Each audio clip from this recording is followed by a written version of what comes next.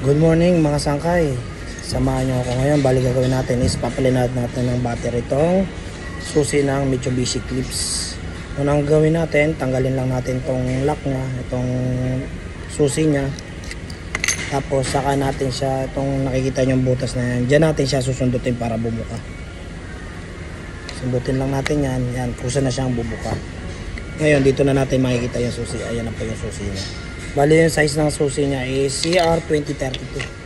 Bali ito po yung bagong susi yung ibapalit natin.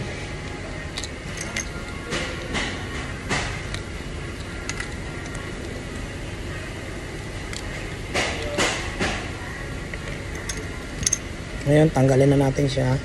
Palitan natin ang bago.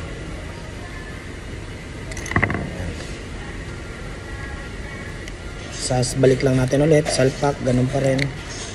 Ayan o, ganun lang siya mga sangkay, tapos na. Balik lang natin sa dating pwesto. Press. Ayan, okay na mga sangkay.